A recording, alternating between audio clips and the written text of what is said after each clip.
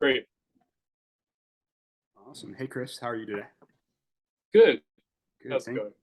It's going great for me. I'm really looking forward to this conversation. I appreciate you coming on the Pure Theory podcast. And I wanted to ask you first if you'd be willing to talk about kind of some of your history. And the question I was thinking about was, if you reflected back, can you remember an early defining memory as related to politics that comes up maybe in your childhood or in your early life? Well, so one of my formative kind of moments in early adolescence, the thing that got me to read Marx and Engels' Communist Manifesto. This is going to seem like a strange one, but it's the U.S. invasion of Grenada Ah, in 1983 by Ronald Reagan's administration. And it's there was a revolution going on there that was aligned with Cuba. And so the idea was that the Cubans were building a military base there. And, so it was in the Cold War context to stopping the spread of communism. But also things had gone wrong with the Grenadian Revolution. Like people had fallen out amongst each other. There was a coup within the revolution, and that was really the opportunity for the US to intervene. But it was kind of shocking to me. I remember seeing footage spirited out by a journalist of the American helicopters coming in, and it was like Apocalypse Now, the movie. And hmm I was like, this is still going on? It's because the Vietnam War was in the background. That was a huge experience for my parents' generation. And so, it was just this kind of shocking thing. And a close friend of mine, his older sister was more of a kind of a leftist, and she introduced us to things like literature and music, but also like leftism. And so it was like, oh, if you want to understand why the US invaded Grenada, you should read the Communist Manifesto. Mm-hmm. And I had no idea, you Sure. know. But I did have this sense because of the Cold War context. So it was a little complicated because it involved a lot of, what one sees typically on the left in terms of anti-imperialism, kind of counter-identification, hmm meaning that if you're unhappy with the way this society is, like with the United States and the political status quo here, then it makes you look at the avowed enemies differently. You kind of think, oh, maybe I should sympathize with the enemies of the system, right? And in the Cold War context, because it's anti-communism and whatnot, because Cuba and the Grenadian, people that the United States was going in to overthrow, you know, they're socialists, and so but I was super young, so but that's when I read the manifesto, and when I read the manifesto, I think the thing that struck me about it was, well, first of all, as counterintuitive as this might seem, it seemed to describe my world. Like the Mm-hmm. Communist Manifesto seemed to describe like my world, despite the huge historical distance. Um, and what I picked up on was what I would later understand as the dialectical critique of capitalism, meaning that capitalism is like revolutionary, but then it's like also like twisting things, and it's like a kind of a failed revolution, or like a halfway revolution, or a kind of diverted kind of freedom. And so that stuck with me. And also the part of the manifesto where Marx and Engels criticize the other socialists, Mm-hmm. and they talk about reactionary socialism. Mm-hmm. And that resonated with me because of my sense of the left, actually, at the time, because the first left that me and my friends encountered on Long Island Mm. was like the Quaker Oh, left, interesting. like the American Friends Service Mm-hmm. Committee type left, the kind of secular humanist left, the sort of atheist left, and and just the general leftism in the air that we encountered. Also the Catholic left, Sure. so like Catholic worker, and like the Catholic Church, which had a lot of solidarity with the Central American revolutions going on at the time in Nicaragua and El Salvador, liberation theology. And I had this sense, like the movie The Mission, if you've ever seen that crazy movie, The Mission, right? And, which is like about that historical moment of early colonialism, but it's also like a parable for the 80s and liberation theology in Central America and the US. And I just had this sense of, okay, well, I have a problem with the way things are. I really hated Reagan and everything that he represented.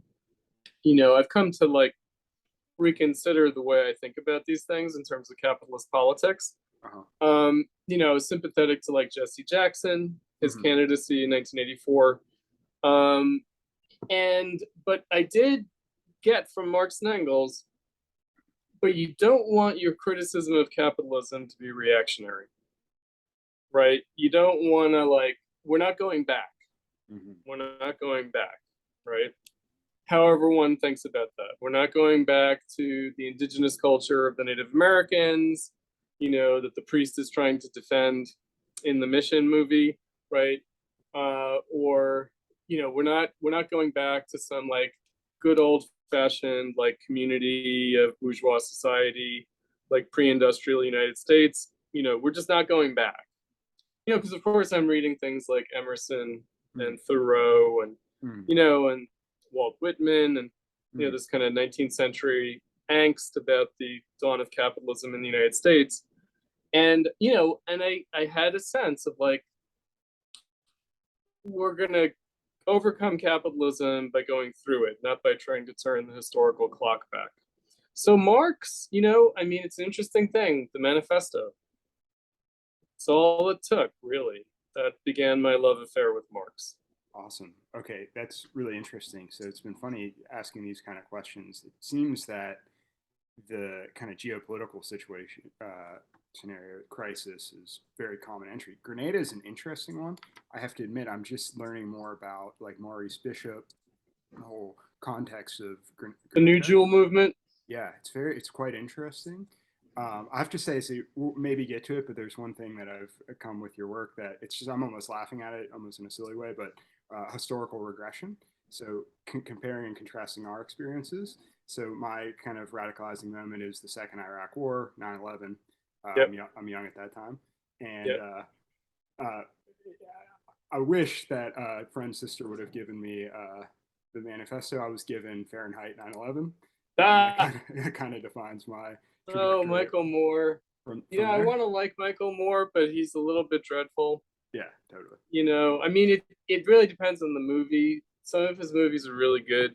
Like I like Roger and Me, of course. But I like. Did you see Capitalism: A Love Story? Yeah. Is that what you're talking about? Are you talking about the Michael Moore? Or are you talking about the novel? No, I'm talking about Fahrenheit, the Michael Moore documentary after the Michael Moore, Fahrenheit 9/11, which is bad because it's a little bit 9/11 truther, a little bit Saudi Arabia conspiracy. Isn't that so little interesting? Bit? Yeah, I mean, just pausing on the historical bit. Me and my friend, so I was in 4th to like 8th grade when this was happening, and we were, Bush knocked out. Like conspiracy theorists were on the left. That is a massive shift. In just my lifetime there's a whole like early YouTube conspiracy theory coming out of like left-wing anti-imperial, like there's a lot of hip hop and rap. And that is just shifted. But yeah, anyway, sorry to cut you off. No, absolutely. And he indulged in that in a big way. And so it's just kind of unfortunate, but in some ways actually it's the same people.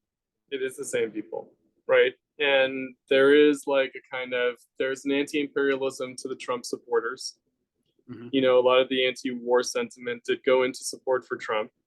And, when you see crossover there on the left, like Glenn Greenwald, like you see him, defending the attacks by the deep state on Trump. And, it's complicated, isn't it? I guess for me, obviously, because I started out so long ago, and then I had a lot more experience on the Marxist left since then. But that has allowed me, I guess, somewhat luckily, to navigate, like to just sort of say, okay, let's keep the focus on capitalism, because capitalist politics, like, is going to go all sorts of directions, and it's going to get you very disoriented very quickly if you don't have a sense, if you don't keep your eye on the ball with capitalism. Maybe that's a good segue, Chris, with this idea of the eye on the ball, because we're talking a little bit about personal history, and that's been something very interesting to me as I've been working through like the left. Just kind of wanting to be more critical and defining my terms, like what are we going for here as a group of comrades. So I wanted to Right. ask you, with keeping our eyes on the wall, what does it mean for you, and maybe historically even, to be on the political left, and like what is socialism, Marxism for you? Could you take a shot at that kind of general question before we get into It's fraught. It's yeah. fraught. Meaning, I'm from a working class background. My parents suffered a lot economically through the 70s and 80s. They finally got their lives together in the 90s when I was an adult. Got stable jobs and, kind of found some security in life. They were definitely downwardly mobile from their parents, and their parents were union workers. All four of my grandparents were union workers. Mm-hmm. They all worked, the men and the women, and all union jobs and very working class, like industrial type jobs. And, so I had a sense of that shift in the 70s, like the kind of downturn that happened. And the 70s and 80s were quite brutal. I feel like younger people don't realize how brutal the 70s and 80s really were. And how prosperity, regained prosperity in the United States is really recent, like in the 90s and zeros. And I think that gave me some sense. Also racism. So, I talked about the brutality of the 70s and 80s. What people don't realize is that society became more racist after the 60s, right? So there was a kind of a hopeful moment of overcoming racism, and then it got worse in the 70s and 80s, which is a little bit of a mind fuck, because we tend to have a sense of like the perennial character of racism, of anti-Black racism in the United States, and we just a sort of a story of progress, like incremental progress over time. Right. But no, it got worse, and then it got better in the 90s, and then it's gotten worse again more recently. Mm-hmm. Yeah. Right? So I've lived through some shifts because I grew up in the shadow of the 60s. And so I was raised in a very kind of disorienting way, where I was both told like the civil rights movement message of anti-racism, but I was also told Black people are fucked up, so that they're kind of social pathology, and so it was a very mixed message, so it's kind of like, but for me, in my community that I grew up in, it was pretty segregated.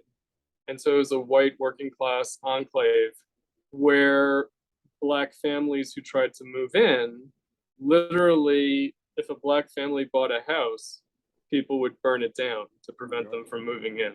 Wow. Like, this is the thing, like, this doesn't really happen now, right? So it was worse. It was worse. And that would not have happened in the 60s in New York, but it did happen in the 80s. So I had a strong sense of being against racism. So one of the earliest protests I ever engaged in was a protest as a teenager organized by the NAACP, demonstrating against a Black family's house being burned down in my town.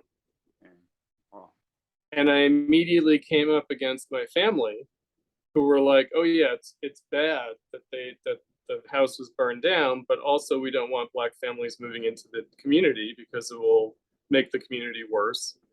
And so again, this mixed message of like, you're wanting to do the right thing, but you don't understand the realities of life. It was like that kind of a message. Very typical working class attitude, which is, of course, we don't want to be racist, but you have to be realistic. And so my experience then on the left was very much informed by this kind of post-New Left, post-60s kind of sensibility of, a kind of anti-imperialism, anti-racism, also anti-sexism. So still in the 80s, there is this moment of backlash against second wave feminism.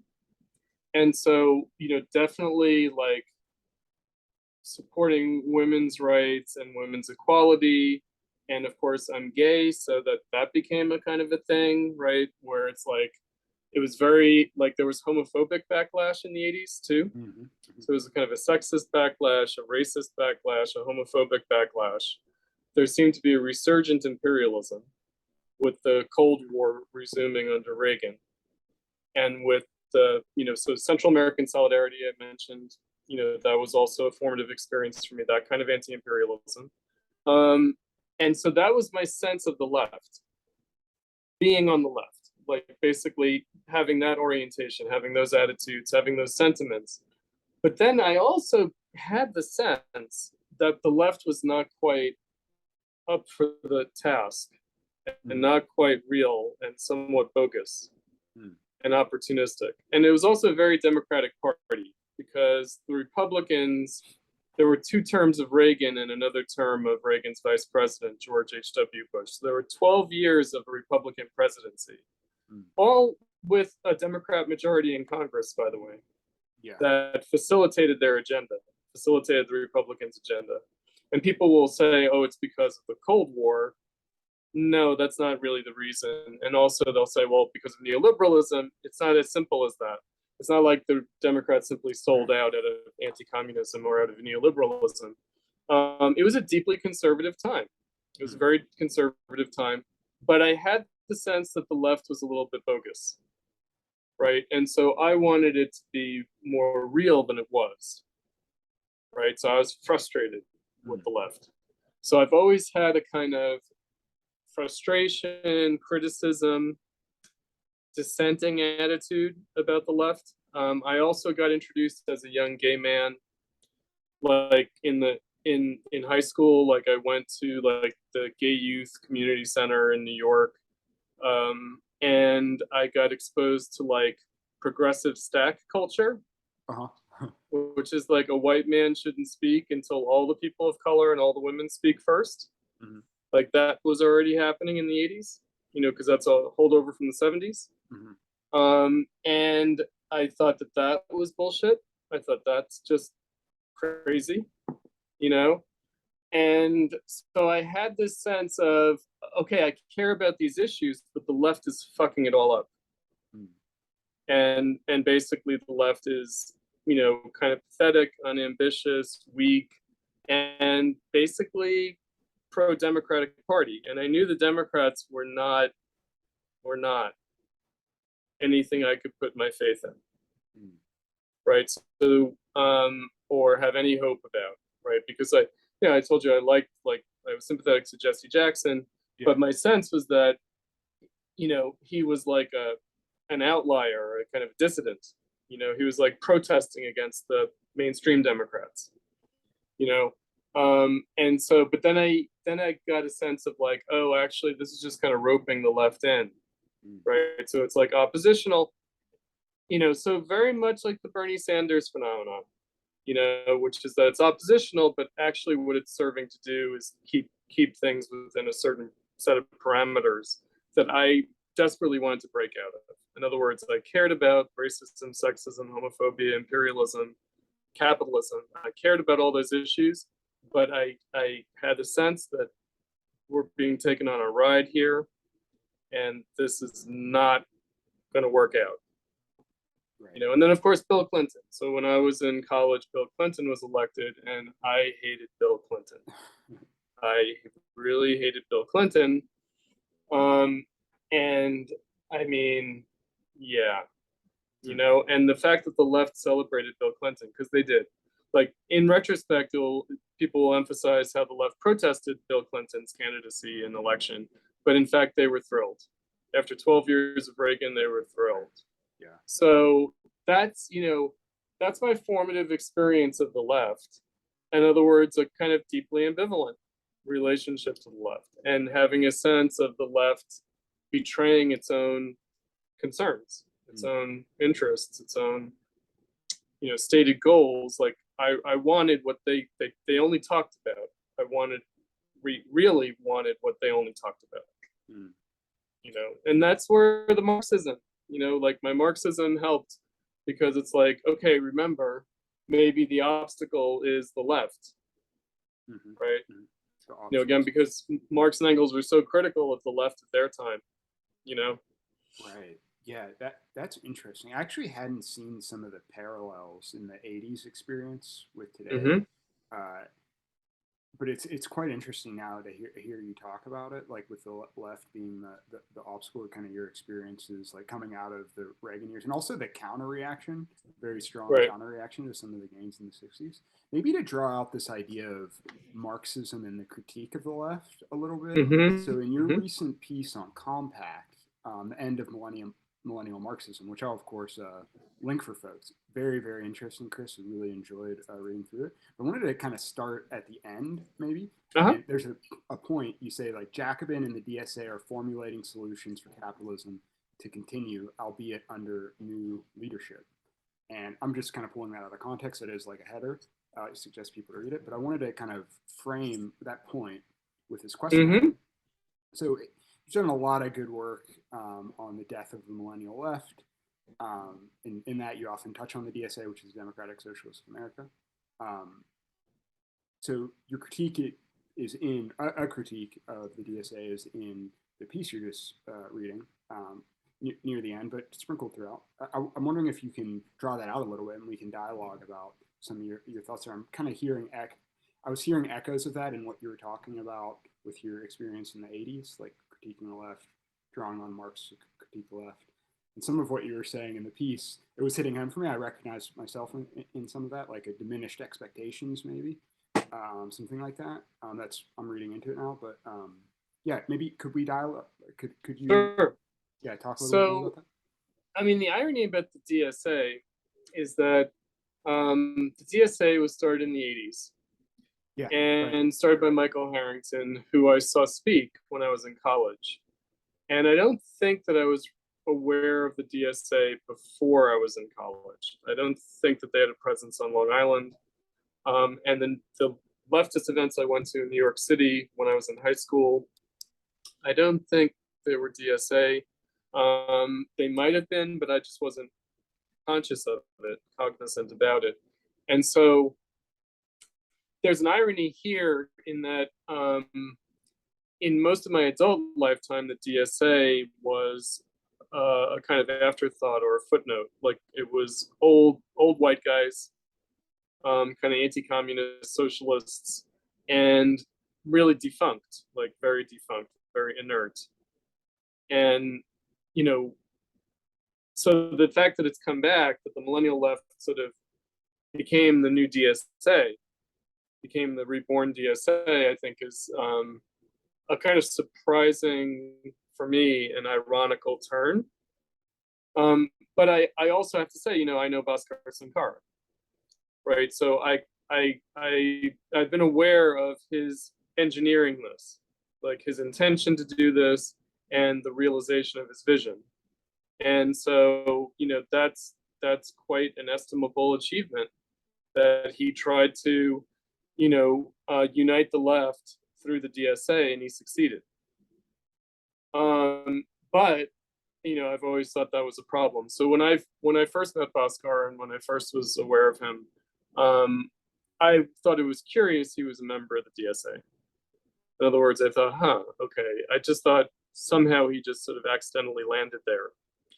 And then I realized, oh no, actually this makes sense. And obviously you know, in the years that followed, as he did reboot the DSA successfully, then it it sort of all came together how this would be the case, how this could happen. But I mean, albeit with some changes from the earlier DSA, but not really, not very significant changes.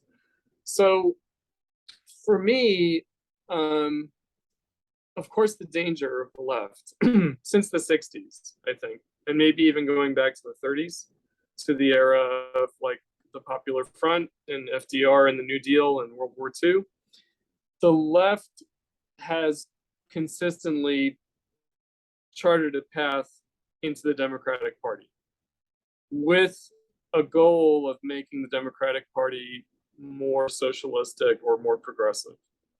So starting in the 30s, there has been this goal on the American left to try to transform the Democratic Party by joining it and being its left wing, right?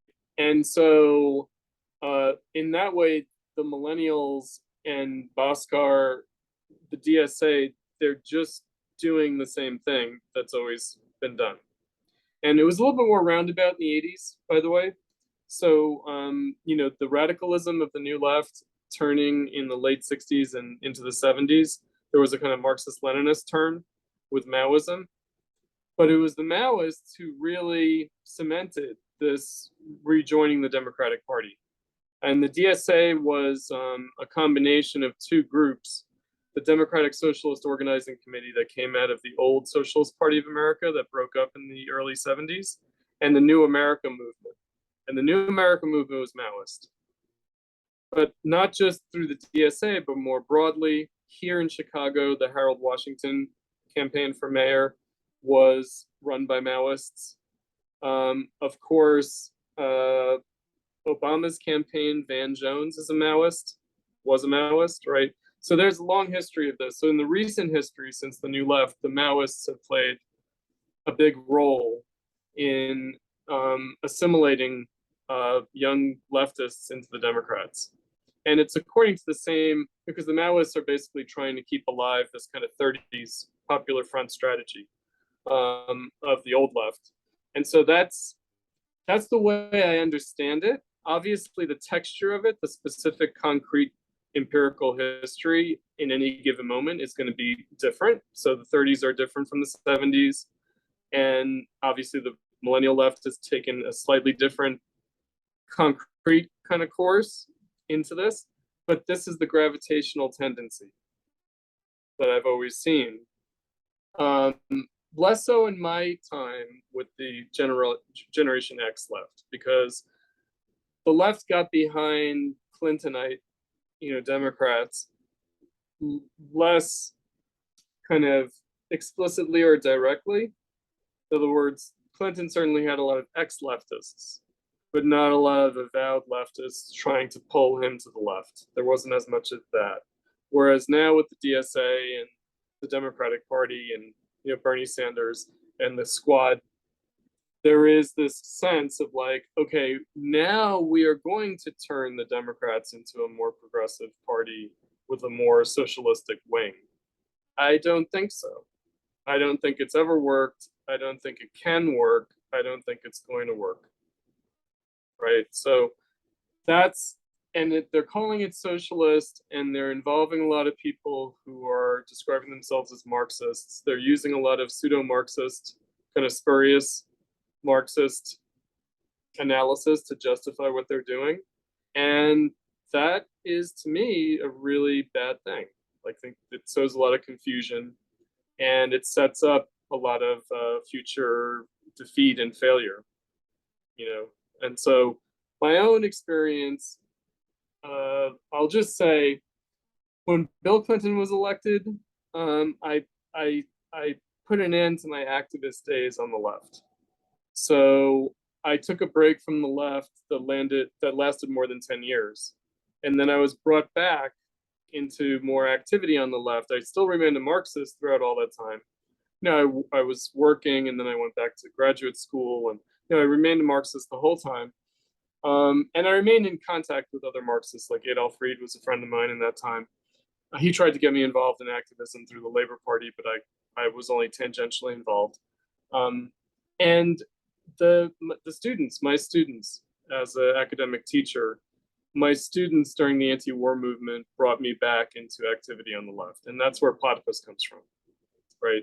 Comes from my students kind of convincing me that there was a new generation to teach Marxism to, and of course I thought maybe they won't make the same mistake, but they did, right? And the existing left like fought tooth and nail against platypus for that reason, because we were going to spoil their party, and unfortunately we didn't. But we aim to block that transmission of generational reproduction of this tendency to go back to the Democrats every time.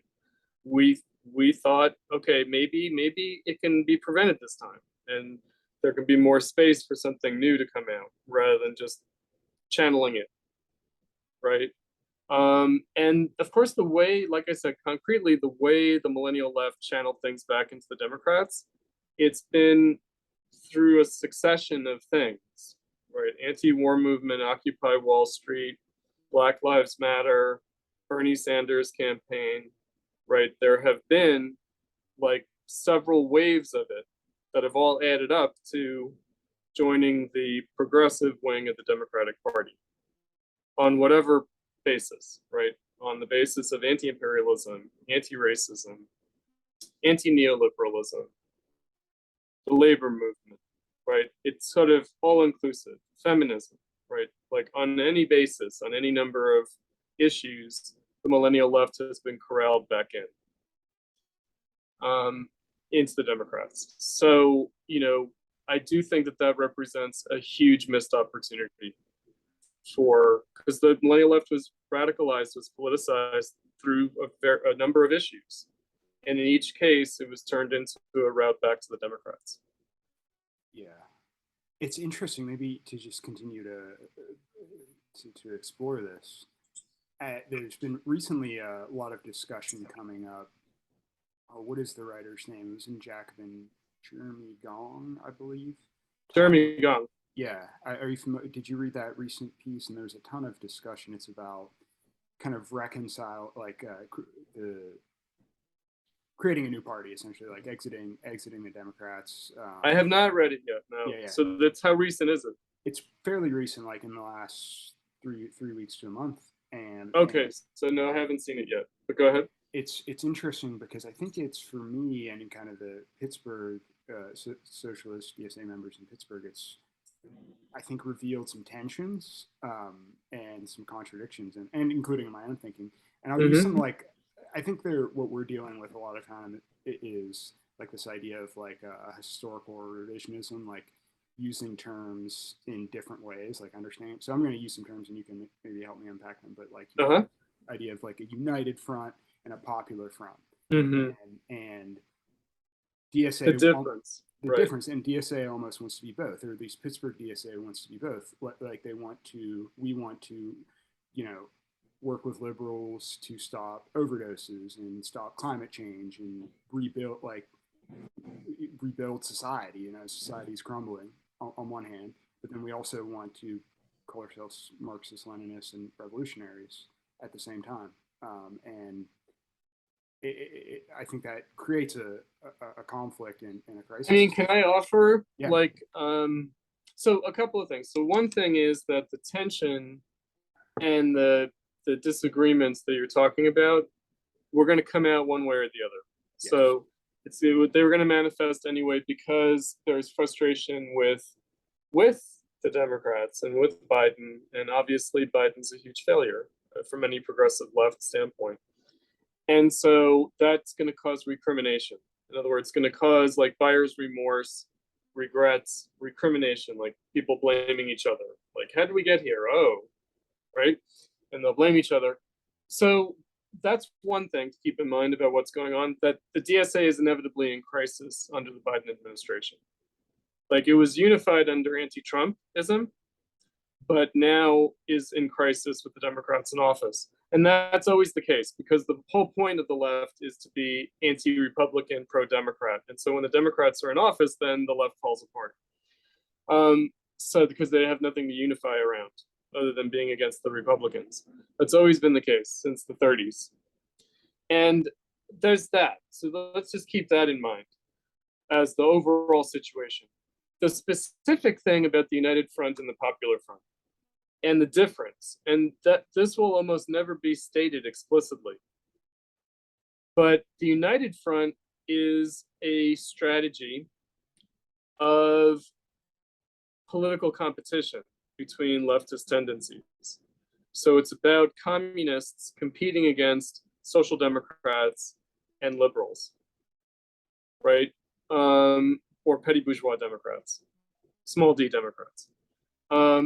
The Popular Front is about putting that competition on hold, right? So the United Front is about an arena in which that competition can take place. And the Popular Front is about stopping that competition out of fear of undermining the people you would otherwise want to compete against. So United Front is about communists successfully competing against rival socialists and liberals. The Popular Front is about not wanting to defeat the social democrats and the liberals because you need them, right? And actually, to be a good comrade means to not be against the social democrats and the liberals, but to support them, to be like the best supporters of them, right? So you're the most loyal comrades. And part of that, underneath that, is a strategy of make them betray, like be the most loyal comrades to the liberals and the social democrats, so that when the betrayal happens, it will clearly be their fault. But that never quite works out. In other words, even though that happens, it never works to the communist advantage. Mm-hmm. Yeah, that's helpful. And I think it's quite helpful, and that does, I mean, ring true, at least in the I've seen this playing out, through Obama, obviously, and now through. There's a rationale to the Popular Front. There is, and there's even a rationale to comporting oneself, acting that way, right? Like being like the most dedicated activists and the most loyal comrades, right? And there's a point to that I would myself endorse at the level of practice, but with the awareness of how treacherous it is, how dangerous it is, and how disadvantageous it can potentially be. So the key there is to remain independent, right? To maintain one's independence. And there are levels of independence. So obviously the Communist Party in the 30s remained an independent organization. So it retained a lot of independence, but it squandered all the advantages of that independence ultimately. So today, we don't even have that, right? It's not like there is an independent socialist, Marxist, or communist party or organization that then is making strategic decisions, because the DSA just is part of the Democratic Party. That's the whole point. Like, you join the DSA, you are joining the Democratic Party. They evade that by saying, well, there is no such thing as the Democratic Party, right? The Democratic Party is just an electoral line. It's not an organization. Of course it's an organization. Of course it's a party. It is. And the DSA is in it, right? It's in it as much as the National Organization of Women or Planned Parenthood or Human Rights Campaign or the NAACP are in it. And the labor unions are in it, right? Of course, they're nominally independent. Those things have a lot more power than the DSA has, right? So the DSA will disclaim it's joining the Democratic Party, but it's weak. It's so weak that it can't even have the independence that a labor union has or that the NAACP has, right? It can't even have that, or the Human Rights Campaign, or what Bernie called the establishment, right? That was against him, right? That's the NAACP, the Human Rights Campaign, National Organization of Women, Planned Parenthood, and the labor unions did not endorse him. They endorsed Hillary. So that's the establishment, right? The DSA is even less independent than those Democratic Party NGO establishment groups are, Mm. right? So, like, the DSA would like to think of itself as independent of the Democrats, but it is not. You know, if you have ever done a single thing to help a Democratic Party candidate get elected, you are subordinated to the Democratic Party. Yeah, and I mean, That's it. yeah, Not voting. Voting, who cares? You can vote for anybody. But if you've picked up a phone or knocked on a door or anything, you know, then you are subordinated. And of course, there are Democrats competing against each other. Of course, there's, politics within the Democratic Party, but it's within the Democratic Party, Mm. right? Meaning that, of course, the DSA would love to see the squad take over the Democratic Party, and they may get what they wish, right? But it's still the Democratic Party. Mhm. And I think that people are figuring out the limitations of that, right? Yeah, it's interesting. Today, when we're recording this on August 23rd, there's some primaries in New York that I'll be watching. And the electoral question is very interesting. Largely agree with your critiques. There's many issues about what the horizon of possibility is. I mean, many examples of Democratic politicians, 60 to 70% of doors knocked from DSA just don't talk to DSA anymore. Like many things like that have happened. Mm-hmm. And yeah, so this kind of culminates, I think, in your work for me. This kind of critique culminates in kind of what you're talking about. Your involvement with Platypus, the kind of hope of the beginning the beginning of millennial Marxism. The millennial left, excuse me, and then you have proclaimed the death of the millennial left, you and others, and I find this very after Trump was elected. Yeah, I find this very interesting, and we could just stipulate it. I mean, I think I largely agree. I'm still not a deep enough reader of Marx and the left yet to claim it that I really know. Well, because it stopped trying to be something new, right? So it's dead the way like Hegel talks about when you're a middle-aged man and you stop pursuing the dreams of your youth, you're dead. Like, yeah, you might live another 30 years, but you're dead, Mm-hmm. right? And so, of course, the millennial left is still very much alive, but it's dead as such, meaning the millennial left was an opportunity for something new and different to emerge, and they gave up on that. And it is kind of sad too. I've been trying through Platypus, through other reading, been reading about like '68, for example, and then of course like 1848, and Yep. like I'm just thinking that had Bernie won, for example, like what would we get? We get maybe $50,000 of student debt overturned by the Supreme Court, and then better National Labor Board stuff. Like what like the What Obama?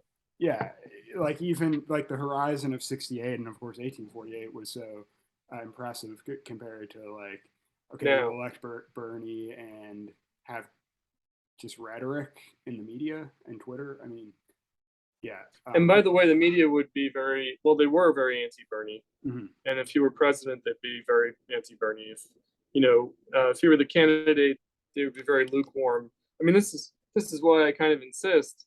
And I know that people don't like this. There was no way that Bernie was going to be the candidate, let alone president. No, never, right? And that's not because he's so radical that the capitalists would never allow it or something like that.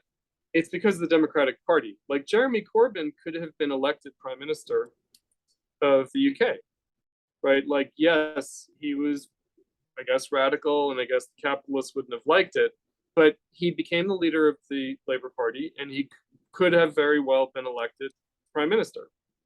He would have been embattled by his own ranks, by his own parliamentary majority. They would have opposed him insofar as he departed from them at all. And of course, if Bernie had been elected president, he would have been opposed by the Democrats, very much as Trump was opposed by the Republicans, right? Stopped from doing anything really different. But in fact, the Democratic Party is such that he was never going to be the candidate. he was never going to be the candidate. Period. Right? It doesn't matter. Yeah, he got a lot of independent votes. They were gonna, at the convention, they would have stopped it, right? And there might have been a riot at the convention when they were stopping him from being nominated, but that happened in '68. It didn't mean anything. Yeah. Right. Humphrey still was the candidate, and Nixon was still elected, and so that's it. It was just not going to happen. And in fact, it was never supposed to happen. In other words, Jacobin's whole point was to have Bernie raise certain issues in the campaign to be part of the conversation within the Democratic Party, so that there could be a more left-wing or progressive element to the Democratic Party in order to keep some policy proposals on the agenda. It was never really about Bernie getting elected or even being nominated. Right. It was about, him raising certain policy proposals that are completely realizable, like, universal health care, forgiveness of student loans. Like, they can do that. Yeah. They can absolutely do that. Totally. Now, I think it's more likely if those things happen, if we got nationalized healthcare in the United States, or if we had student loan forgiveness, much more likely for a Republican to do it. Police reform, much more likely for a Republican to do it. Why? Because you'd have to co-opt the right wing. That's how you get it done, right? It would be bipartisanship. It's easier to do that from the right,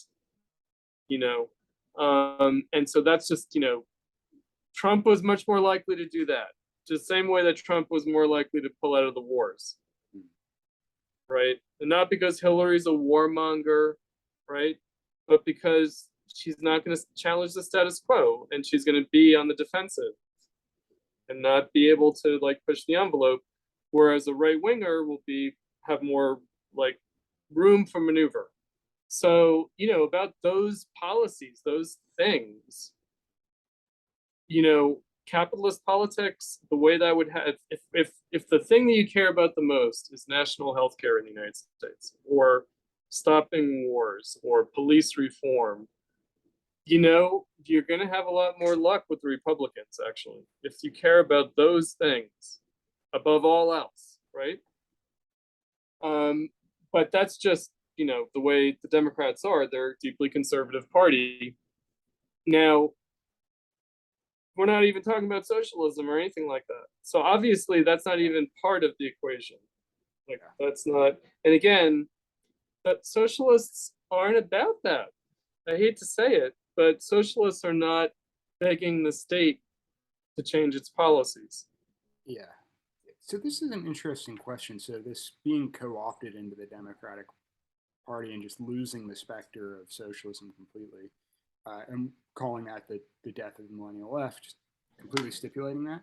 In your view, and having people on DSA on, talking to others, and we will have some people from the Marxist Unity, I'll say for the audience, some people from the Marxist Unity project are coming on, and we'll definitely discuss some of these critiques with them. But just pausing there for a second and just stipulating the death of the millennial left. In your view, what should socialists or people who think they're socialist curious or think they're socialists, what should we be doing right now? Like the idea we get a lot, or the idea, the rhetoric is build working class power. That's the idea. Yeah, I mean, I agree with that on principle, on paper. What that means, though, right? Yeah, what does that mean? So a couple of things. I mean, so, it's interesting with the DSA factions, the caucuses, right? So I'm familiar with people who are part of class unity. Mm-hmm. And then Marxist unity is this other thing. So Marxist unity is more to the left of class unity, we might say. Mm-hmm. So, but let's take those formulations. So class unity would be that the DSA, it's vying for leadership of the DSA on the basis of that DSA's program should be aimed at the maximum amount of working class unity. The Marxist unity people would say the DSA program should maximize the unity among Marxists in the DSA. Mm-hmm. So that's very different. Totally. Right? So the interesting thing there is that I think any would-be socialists have to be operating on both levels, right? But it does seem like an either or, doesn't it? Yeah. Right? And it does seem like, okay, well, if you want working class unity, does that mean conceding to like conservative cultural issues to appeal to the working class who might be more socially conservative or culturally conservative than the left is? Like, you know, it sort of puts you in this kind of crazy place. So I think that a lot of ideological struggles on the left now are premature and are kind of stillborn and will create more problems than they will create opportunities. So I would be in that way more critical of the Marxist unity people than of the class unity people. Interesting. But my criticism of the class unity people is that they're also premature in another way, which is that the DSA is not a working class organization. And the DSA is not in a position to organize the working class. The DSA is a petty bourgeois intellectual milieu. You know, it's a subculture of middle class young people who are basically progressive liberals, but let's just say they're socialists. Okay.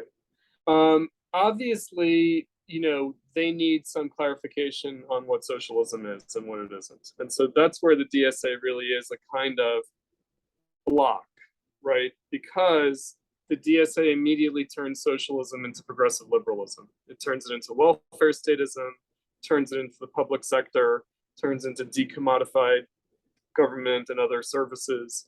It turns it into that. That's what socialism means. I think that's a problem. But I don't know that therefore socialists should be fighting over what the definition of socialism is in the DSA, right? Or really anywhere, right? So in terms of like activism, so platypus is like super intellectual, academic in the capital A and small a sense of the term, you know, meaning it's a kind of a pointless discussion. It's academic like that. It's hypothetical. It's theory divorced from practice. It's all those things. Okay, like that's an inherent limitation to what platypus is doing that we've embraced very knowingly. But in terms of like, so it's not activist, and therefore it's not based on any political programmatic consensus. You know, there are pro-Trump platypus people, anti-Trump platypus people, people softer on the Democrats, people harsher on the Democrats. There's all sorts of stuff. You know, that's not the basis of the organization. So activism, like practical struggle for socialism, would be something very different from what platypus is doing. And I have been involved in that to a certain degree. We tried to start something around the time of the Bernie campaign in 2015, the campaign for a socialist party. And it included some platypus people, but it included a lot of non-platypus people. And that unfortunately really got like eclipsed by the DSA, eclipsed by the Bernie campaign, first of all, and then by the DSA. But what we tried to do there was this kind of liberal activism. In other words, I do think that socialists are in a position where the only activism that's available, there is no specifically socialist activism, at least not immediately available now. There's really just liberal activism. And I use that in the very broadest sense, like meaning not, that doesn't mean Democratic Party issues. I would also call what churches do like liberal activism because it's independent, civil, social stuff. So like evangelical Christians do like illegal immigrant advocacy because they proselytize among them, right? I would say evangelical Christians who vote Republican, when they're working on behalf of illegal immigrants, they're doing liberal activism. That's liberal activism, right? And I think that socialists would have to do that kind of activism that is otherwise done by liberal but civil social organizations, including conservative things like churches, and would have to try to do that among the working class. But first, such socialist activists would have to learn how to do that kind of activism, right? And that would mean probably getting involved under the tutelage of liberals now, right? While keeping distance from, in other words, being part of that same milieu that DSA would be part of at this level, but simply refusing to canvass for Democrats, right? Yeah. Which is not a deal breaker. It isn't. I know that it can seem that way, and they can make you feel like it is. Like the unions and whatever are going to make you feel like it's a deal breaker if you don't canvass for the Democrat that they're supporting. But it actually isn't a deal breaker. It isn't. They're gonna make it feel like that, but you can call their bluff on that. Yeah. But we need to learn. I mean, young people, not me, I'm old. Young people need to learn how to be activists, how to deal with people, how to organize, right? And that's where we are. We're at a stage where we have to learn how to do that. And what I'm afraid of is that people think that they're learning how to do that, but what they're really only learning how to do is canvass for the Democrats. Yeah. They're not learning to organize civil society. They're not. Yeah, and the organizing civil society, even worse perhaps, the Mm-hmm. organizing civil society is almost like a pretense, like get some Yeah. social capital so you can Yeah. canvass for Democrats. Yeah. Exactly.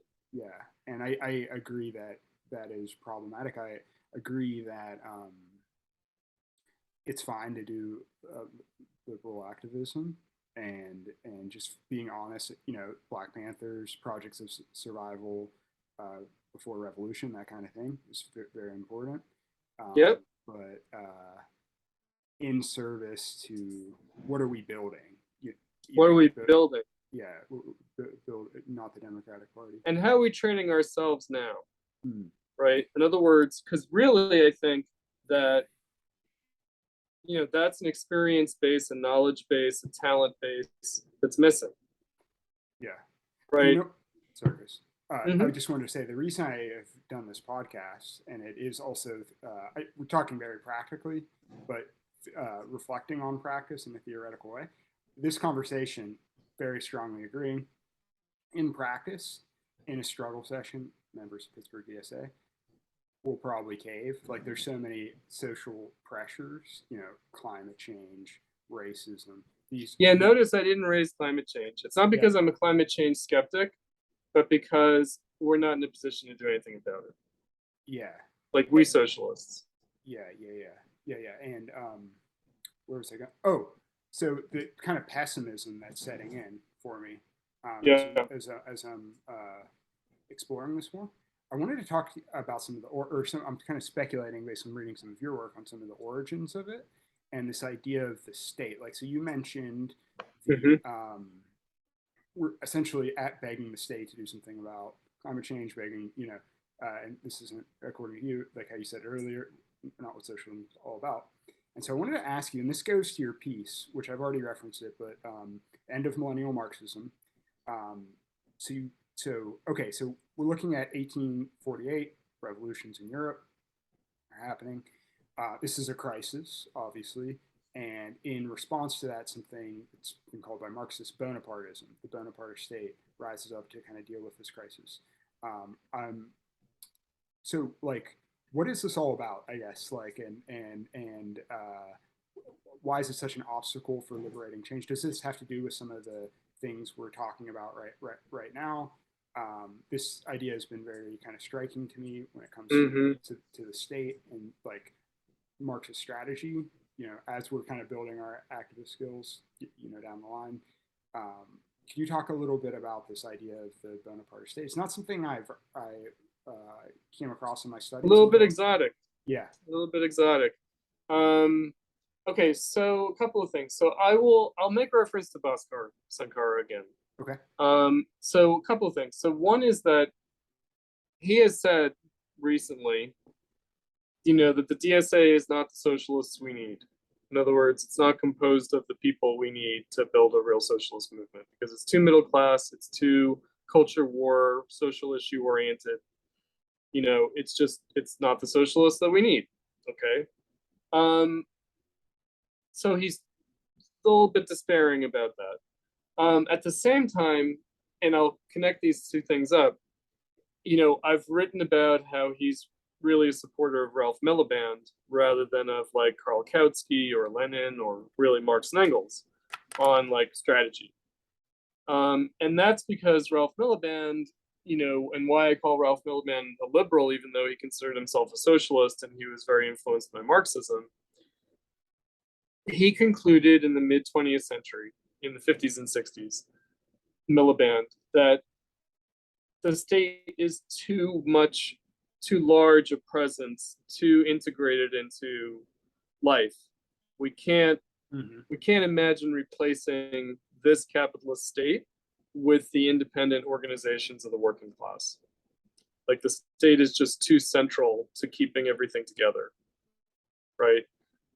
Now, okay, in comparison to 1848, and even in comparison to like 1917, this seems very plausible. The state after the Great Depression, especially after World War II, but maybe even after World War I, and again, maybe even in the era before World War I of the Second International, the state had become a much bigger part of society and the economy, but also just the general society than it was for Marx and Engels in their time in 1848.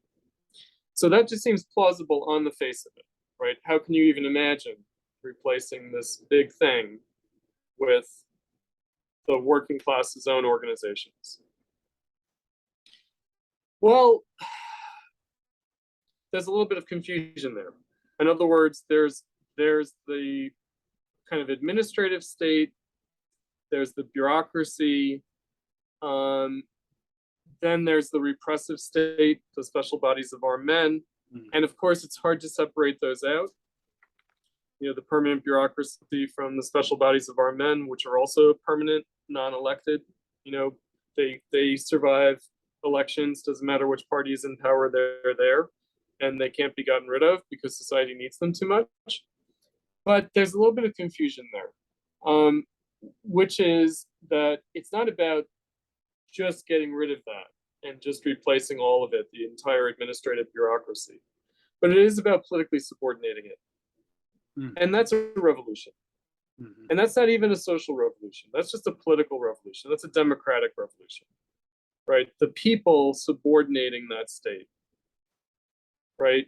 Not fully eliminating the administrative bureaucratic state, but at least subordinating it. And so the state that has to be really smashed is the repressive state. And that's the state that has to be replaced with the independent organization of the working class. And again, how you separate those things out, they're really very closely connected, and it's hard to fully disentangle them. I think in the Compact article, I point out that the administrative bureaucracy are just unarmed police, But as the point is, the original vision of not Marx and Engels, who were writing in a different time in the 1840s with the manifesto and with their first conception of the dictatorship of the proletariat. Later Marxists like Kautsky and Lenin, right? They understood that the growth of the workers' movement will cause the petty bourgeoisie, including the management of private capitalism and the administrative bureaucracy of the state, to become sympathetic to socialism. Not in its majority, maybe, but in a significant minority, that these people will become favorable to the workers' movement for socialism. So when the revolution happens, they're not going to be totally against us. They're not going to be totally against us. And actually, we're going to need moles. We're going to need people in there, right? And that includes among the repressive state. We're going to need moles in the military and in the police. We're going to need that to build the movement, let alone to have the revolution. And we're going to have it because there are going to be people who are going to be sympathetic, individuals, right? And they're going to have to be underground. They're going to have to be covert socialists. They're going to have to be party members of a socialist party, but not outwardly, right? They're going to have to be secret socialists, but they're going to be there. That's going to happen, right? And so, again, the Miliband idea that the only thing you can hope to do is win like parliamentary elections and subordinate the state that way.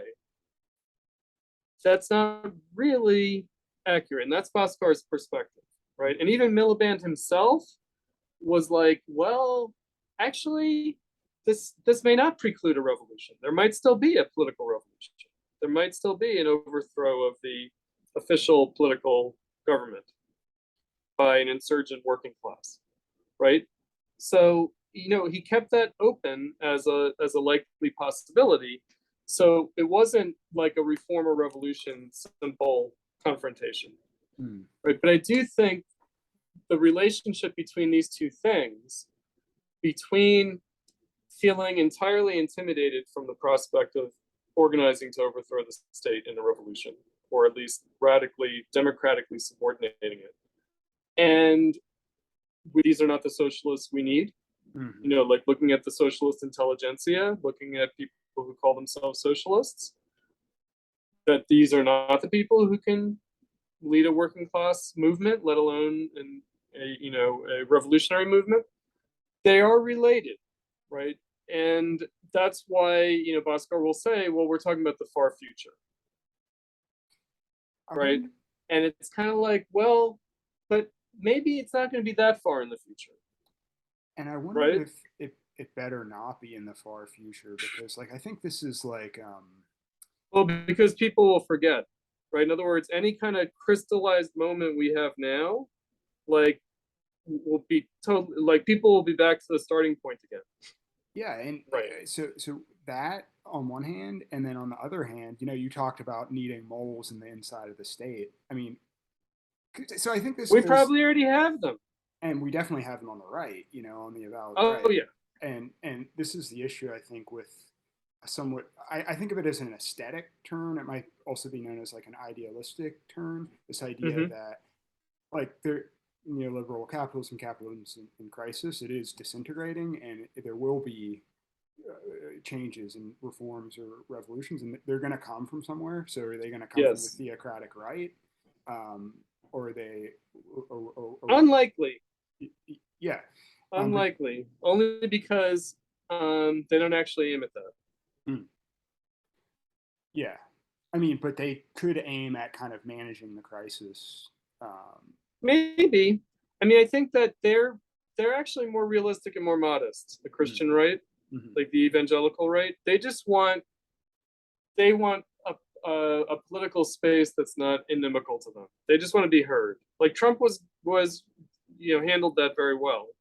Like he just he understood they just want to hear you, say the right thing. They want you to be on their side sentimentally, morally. They don't expect to actually be in power, and they don't even necessarily want that. Because they have the Christian idea that the state is kind of corrupt anyway. Render unto Caesar. Yeah. Temporal authority is not what we're about. Yeah, it's interesting that you're saying this, Chris, because I agree with that. And yeah, understand that citation and that kind of vibe, but there is a kind of counter discourse to that, which is like there's a lot of, I'd say, fear. There's a discourse about like kind of rising right wing. Maybe I said. Oh, you mean the Democrats? So this fear, yeah. Yeah, It's bullshit. It's bullshit. That's interesting. I think that is a major obstacle. Like I think that is a constituent that we don't have phalangists in the United States. Yeah. Like there are insurrectionary Christian right wing, like Spanish Civil War, Lebanese Civil War. There is such a thing as like a militant Christian right that aims at state power. We don't have that here, and we're unlikely to have it. Okay, so I actually wanted to ask you about this, maybe because we're talking about the kind of American context. So this is something I was thinking about through reading your piece about. So kind of bouncing back to 1848 the state thing, because what you're saying, it was very illuminating about the Bonaparte state. So America, England, UK, Great Britain the revolutions weren't as it was mostly Germany, France, Italy. was the transfer of a kind of Bonaparte state to kind of the Anglo world? Like, what's the Well, story okay, and so it's ramifications of that? tricky. Yeah. Yeah, so well, my very close friend and colleague in Platypus, Spencer Leonard, Uh-huh. he's publishing some collections of Marx's journalistic writings, and it's coming out like this year. It's coming out soon, right? It's got 2 volumes of Marx's journalism. And it's there that Marx elaborates his theory of Bonapartism as applied to the British situation, especially, Okay. but also the American situation, right? So sometimes you'll hear on the left, especially with like an anti-imperialist left, in like in a 20th century, like progressive liberal left, you'll hear that the birth of the imperial presidency in the United States is with the Civil War and Abraham Lincoln, right? And the post-Civil War Republicans. Of course, it predates that. That's more of a, we might say, native, kind of indigenous kind of Bonapartism was necessitated by the Civil War on the part of the Union and Abraham Lincoln. But of course, before that, it's Andrew Jackson. It's the Andrew Jackson Democratic Party from the 1830s. And that's under pressure from the Industrial Revolution in Europe, right? So in the proletarianization of the working class in the United States, that is like an adjunct to the European working class. So there are, you know, in 1848 in the United States is the Mexican-American War, very controversial war, you know, a Democratic Party war. And, you know, someone like Ulysses S. Grant serves in the Mexican-American War, but regrets it, like regrets that war very strongly, and sees that war as already strengthening the tendencies that led to the Confederacy and led to the Civil War, right? So it's a complex history in the United States. In England, it is the liberals, it's Palmerston, and then the Tories, the Disraeli. So there are a couple of different premierships, you know, prime ministers in the mid 1800s in England who solidify. Disraeli is the one who crowns Queen Victoria as Empress of India. So that's like the empire, British Empire, right? And that's really aimed more at domestic political like goal than it is about India, right? It's about consolidating the state in a particular way in England by doing that. And really the Indian colonial question is subordinate and ancillary to that. So it does happen. So what you could say is that in the United States, the 1848 crisis comes later because the United States, unlike France and England, is really only industrialized after the Civil War. It's proletarianized to some extent, starting in the 1820s and 30s as a result of the Industrial Revolution in Europe. In England, it comes earlier than 1848. It comes with the Chartist movement, right?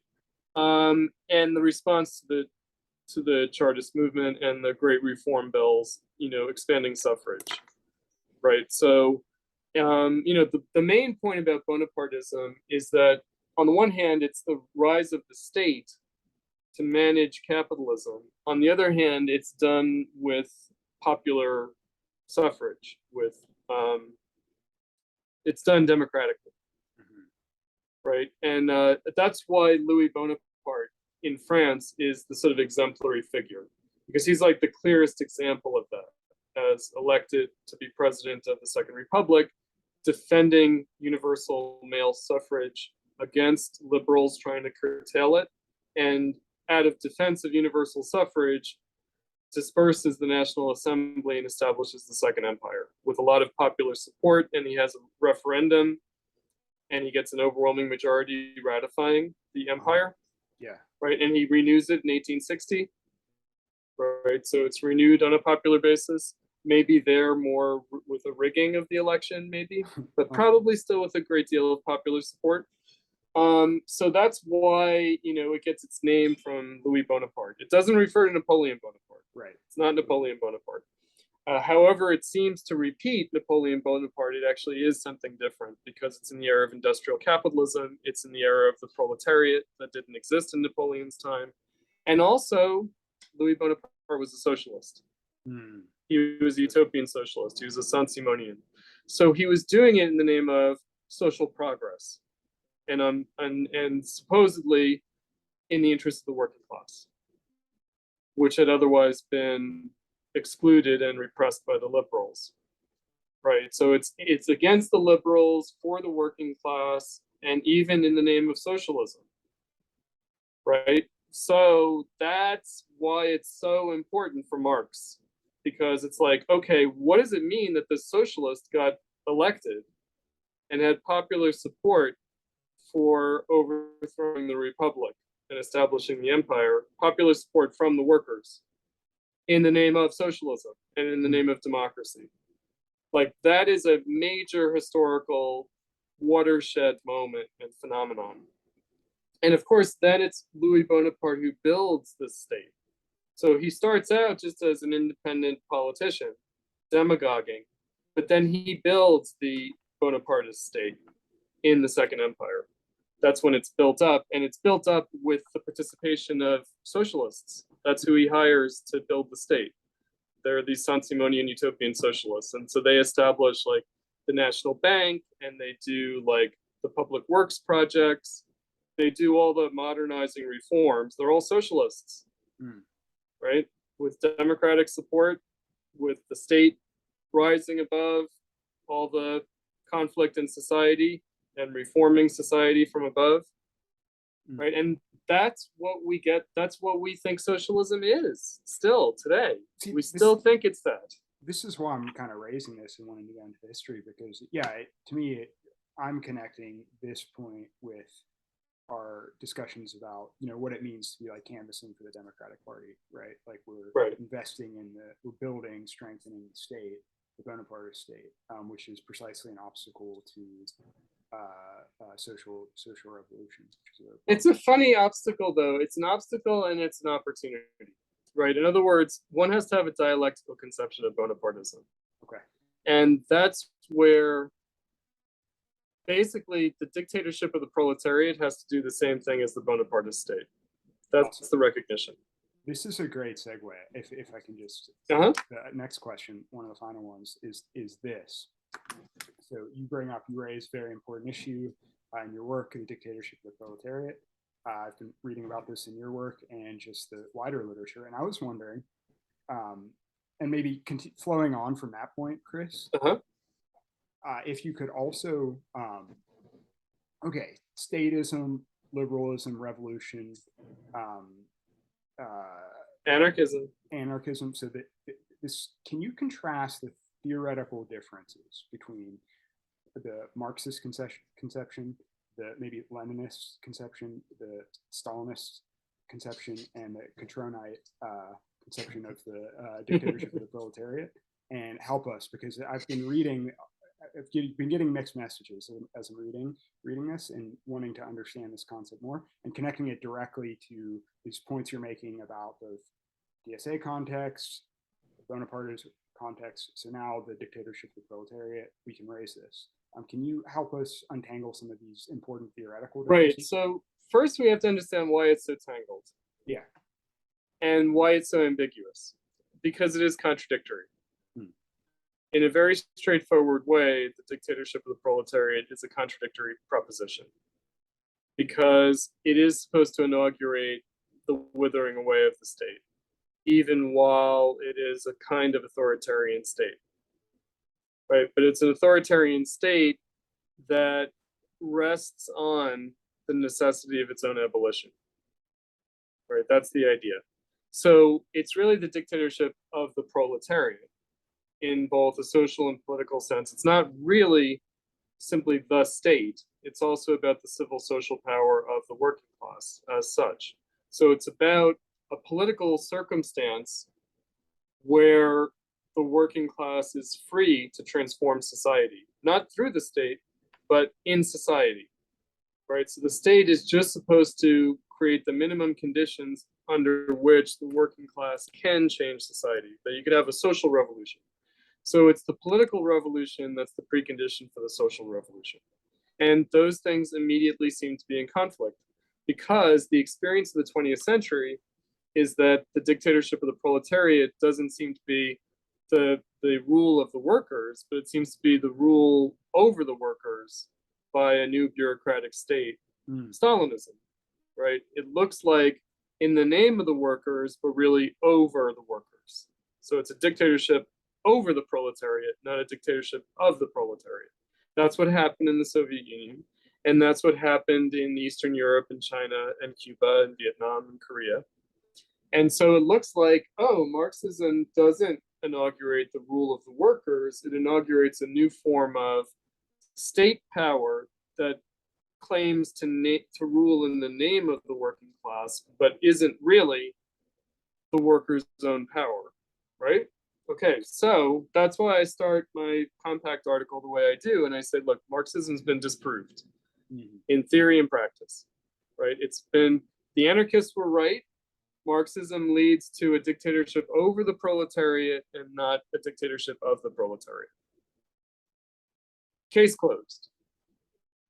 Except we do have this idea that no, what happened in the Soviet Union was not what Marx meant. And not only that, what happened in the Soviet Union wasn't what Lenin meant either. Right? So we're haunted by this. And the reason that we're haunted by this is that that kind of linear causality explanation of like, well, Marxism took power and look, it didn't turn out the way they wanted, and therefore the anarchist criticism was correct. Right? That the Marxists were at best self-deluded, self-deceiving, and maybe at worst were deceiving of others. Right? So the anarchists will say the Bolsheviks hijacked the Russian Revolution. Okay, it looks like that. It certainly looks like that. And that's where I feel like, okay, we have to go back to the beginning, if you will. We have to go back to what Marx and Engels said and what Lenin said, and where they basically said, you know what, the anarchists are right. They said the anarchists about the goal, the aim, they're correct about that. The only problem is how we're going to get there. And that's why the dictatorship of the proletariat is so fraught and so controversial, because it's a means to an end that seems to have become an end in itself. And again, it seems like it turned out to be the opposite of what the Marxists claimed to have wanted, which is a minimal state, like a minimum precondition, political condition for the self-transformation of the working class through its own social action. So it's the old debate in the First International between Bakunin and Marx over social and political action. And also Ferdinand Lassalle, who's another figure who you could say is the real father of the socialist workers movement in Germany. It's really Lassalle. And that he emphasized like the workers taking over the state, political democracy as the path to socialism, whereas the anarchists said, no, that's how you'll keep capitalism going, because you'll keep political hierarchy, and that's the essence of capitalism. And Marx basically said, well, they're both right and they're both wrong. Meaning Lassalle is right, state power has to be taken, but Bakunin is right, that in and of itself is not socialism, and in some ways might be the opposite of socialism. So again, that's where the dialectical approach is really important. And, you know, and the idea that there are stages, the idea that there's like an immediate aim and then there's like a long-term goal. And the immediate aim is to build up the working class to be able to take state power.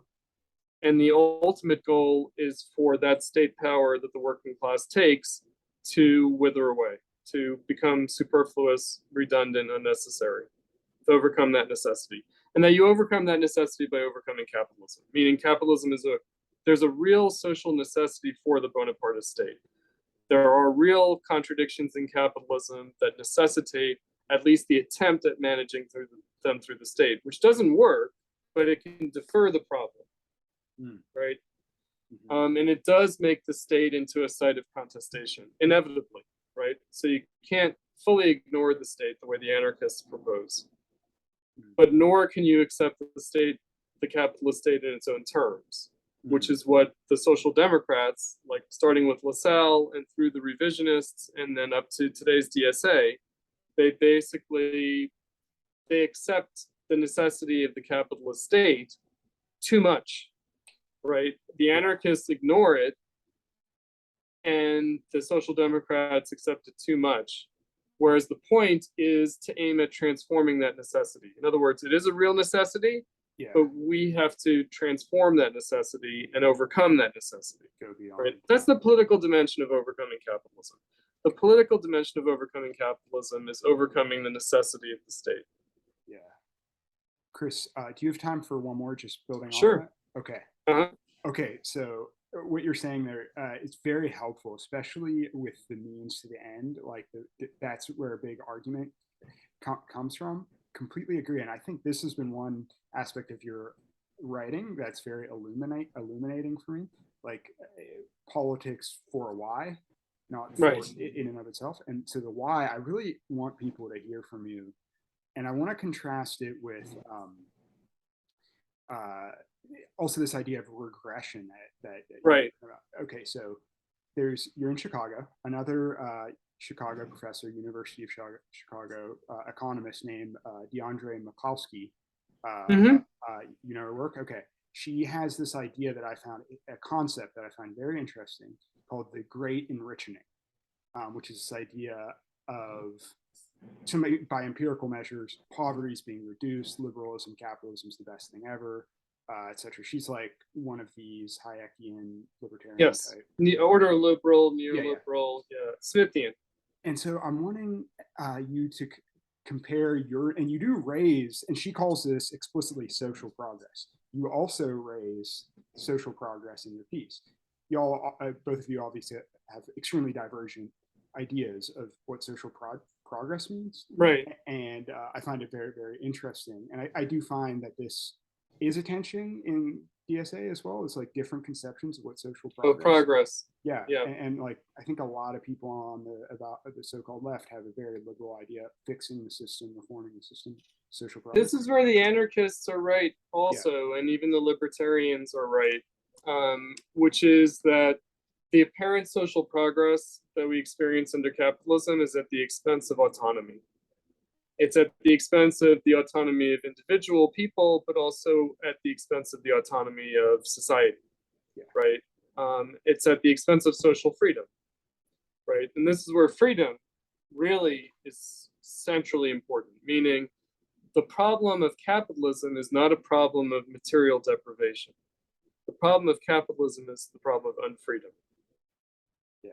And that's why we should pay attention to the way the welfare state and administered capitalism, which never goes away. Like the neoliberals don't do away with it, they just reconfigure it, right?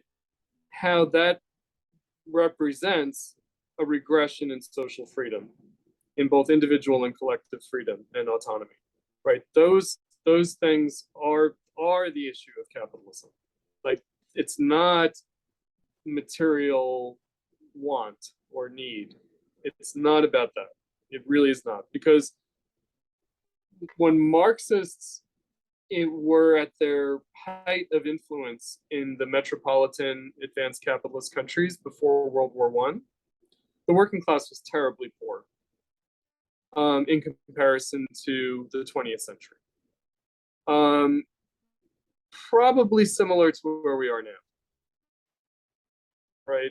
In other words, not every worker was terribly poor, but there was terrible poverty in the Gilded Age. Mm-hmm. And in Germany too. Like we think of Germany as like having its shit together. No. Germany before World War I was very much like the United States before World War I. There was a lot of wretched poverty. Right? And in France and England too. Like if you watch Downton Abbey, before World War I, there's wretched poverty in the richest countries, where there is now, right, under neoliberalism.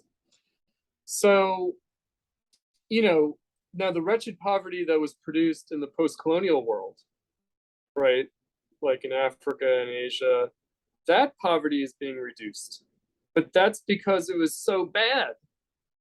Like, the improvement of global poverty cannot be the index, right, of social progress, because the working class and the poor have gotten much poorer. Not only have the rich gotten richer, which really doesn't matter. The rich getting richer doesn't matter, because they're not getting rich because the poor are getting poorer.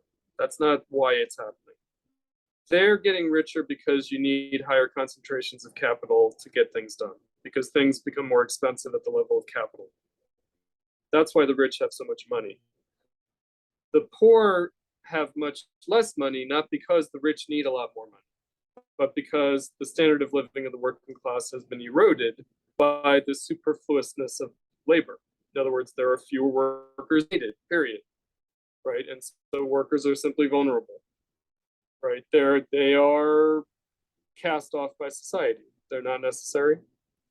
And so it's not like the rich have gotten rich at the expense of the poor.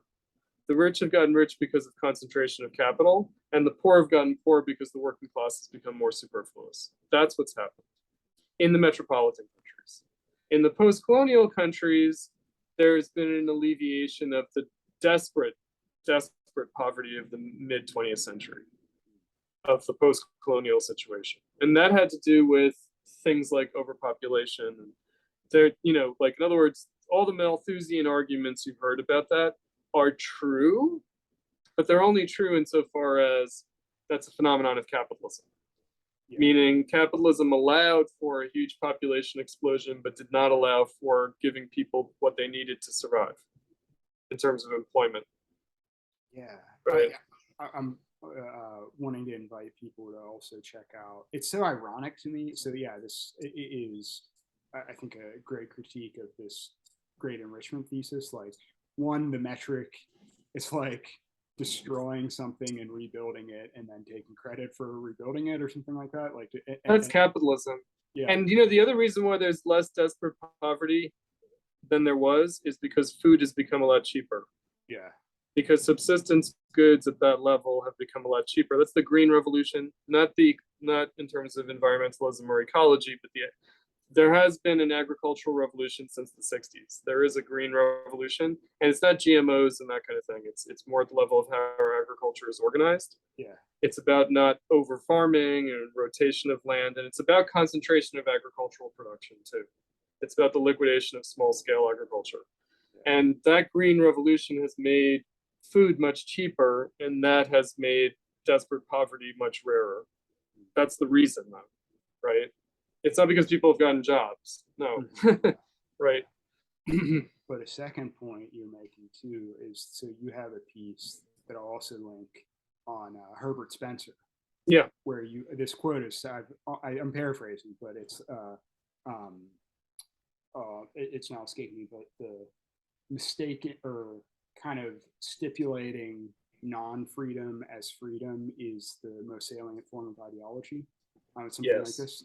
And this is, Mikulski, for example, is, I think, consciously a freedom. It's absolutely about libertarian freedom. Yeah. This is something I'm really, in my own kind of journey, I'm also talking to people about, is emphasizing that human agency, human subjectivity, freedom on the left, which I think is twisted right now, or that's freedom is associated with the right. I mean, in America, it is, except when it's on the part of the subaltern. So it's seen as a right-wing idea when it's about straight white men. It's seen as a left-wing idea when it's about people of color and women and queers and like freedom of vote or something. Right. Yeah. And so it's a little bit confused. Yeah. I mean, what I would say is, the other thing is, from a Marxist perspective, and this is where Marxism can appear to be super pessimistic. So the goal is autonomy. The goal is freedom. The goal is both individual and collective agency and autonomy. But there's also an understanding that under capitalism, until we overcome capitalism, that is severely constrained, right? In other words, the possibility of that is very limited. Yes. And so it's not the means, it's the end to be achieved.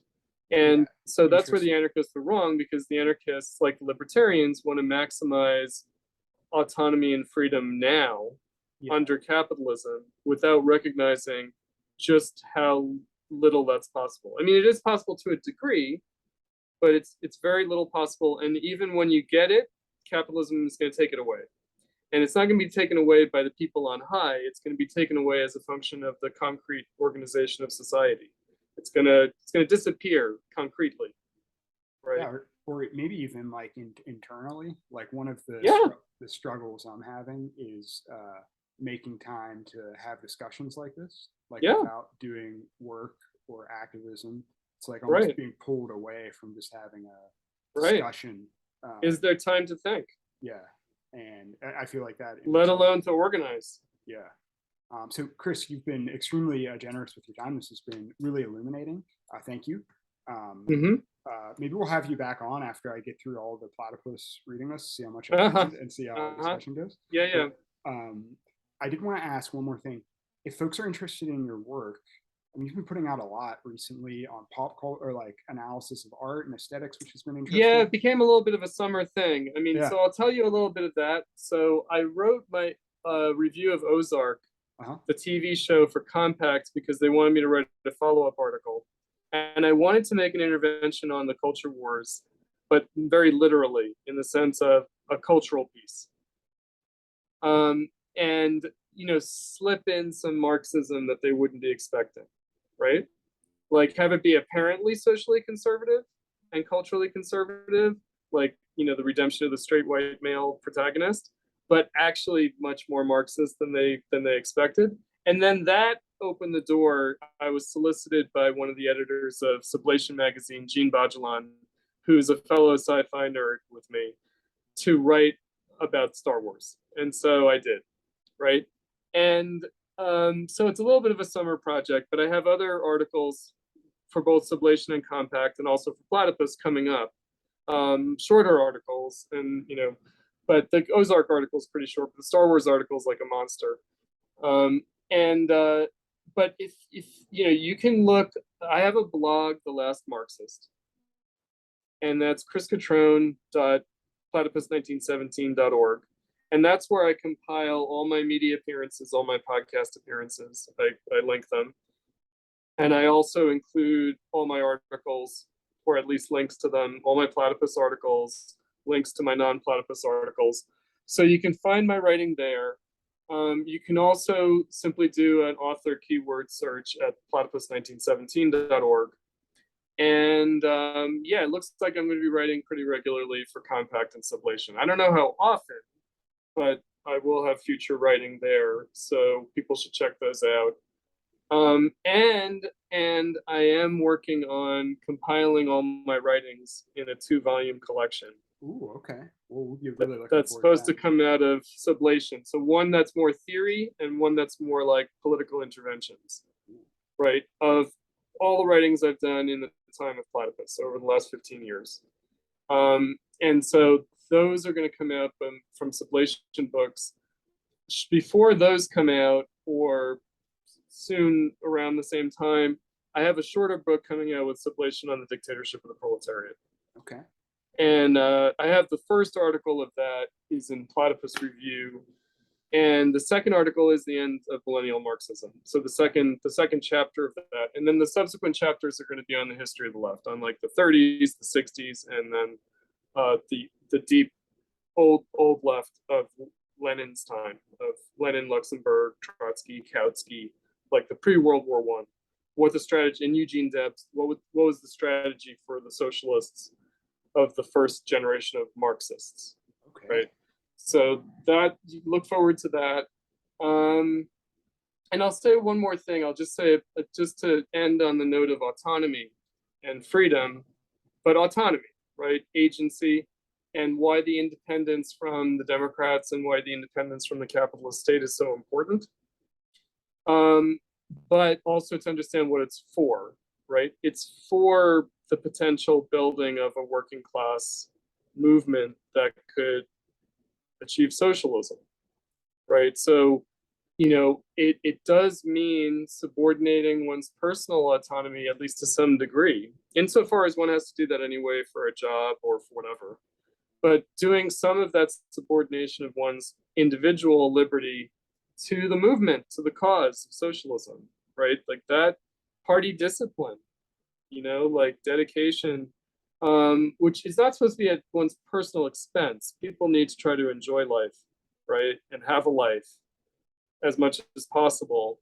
And it shouldn't be like a psychodrama, right? And so the issue now is for us to create the conditions for people to be able to join a movement that isn't what the left is now, because the left now is more of a psychodrama and much more of an internal battle, canceling each other. I mean, obviously, I've been canceled.